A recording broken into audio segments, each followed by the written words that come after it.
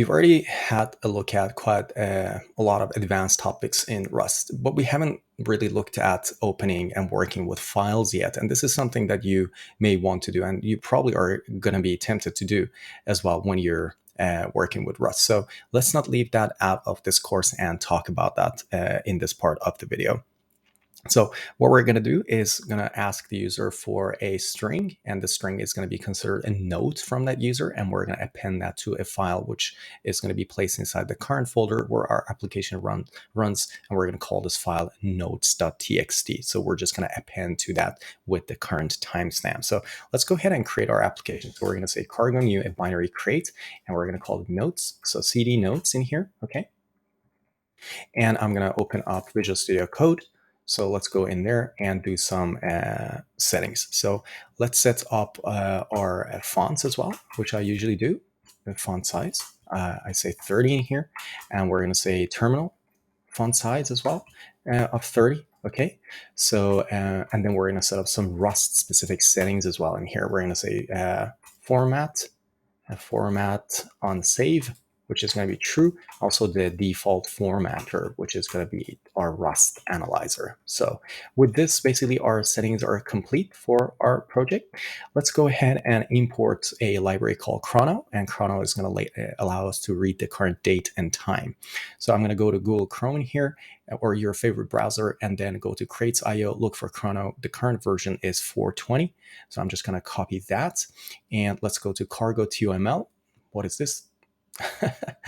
Okay, and then we're going to go in here and add chrono to our application. So since we're going to be working with reading application arguments, we need std-env. So let's go to src in here, main.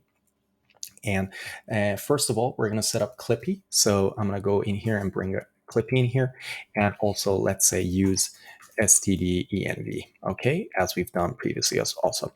Now we're going to also in this section of the video work with OpenOptions, and this is very useful for working with files. It's going to allow us to append to, read from, write to files as you would expect. So let's go in here and say use std file system OpenOptions. Okay, and also we need the IO prelude in order to be able to work with files. So std IO prelude, and we're going to import everything from there. Okay.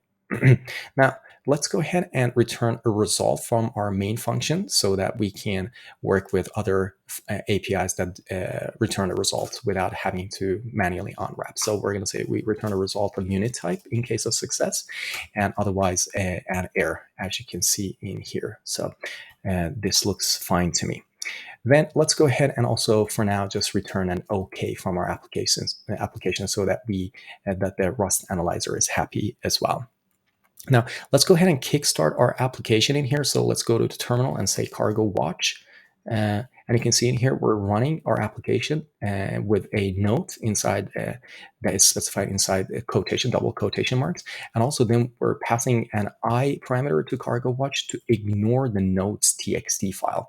What this basically does is every time our application runs, the given notes, every time cargo watch runs our application, this particular note that we pass to cargo watch will be passed to our application, will then be appended to the notes text file.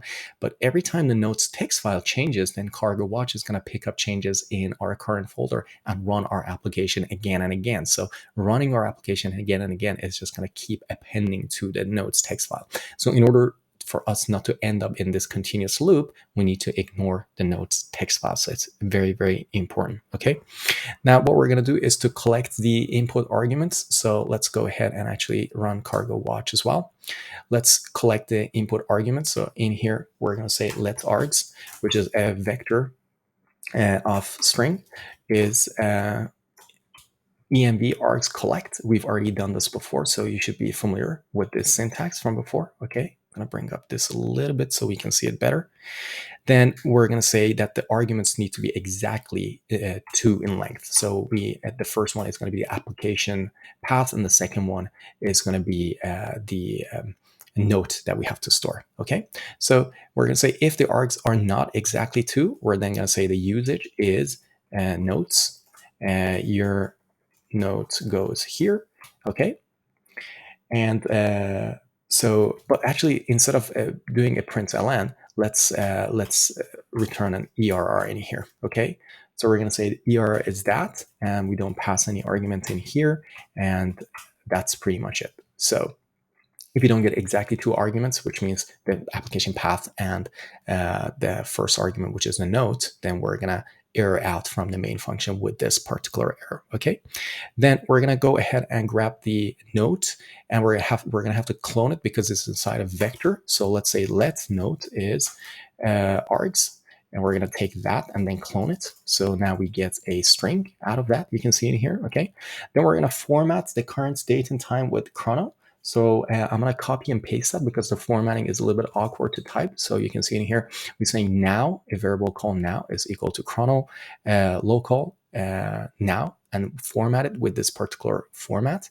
and we turn it into a string. So that's also quite straightforward. Now, we're going to go ahead and open the file for writing and also appending and also creating the file if it doesn't exist. So let's create a mutable file in here. We're going to say OpenOptions new. We're going to write to the file. We're also going to say create true as well in here.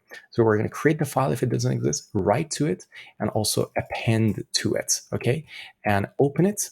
And in here, we're not actually going to return a result, but we're going to say unwrap, basically, as you can see in here as well. Okay, so we get a file at the end of this. Then what we're going to do is to take the contents of our now variable and store that inside this file with some formatting. So what we're going to do is I'm going to actually copy paste that piece of code because it is a little bit awkward to type as well, all the formatting, because in HTML, you can have HTML comments that look like this, comment, and then you do something like this.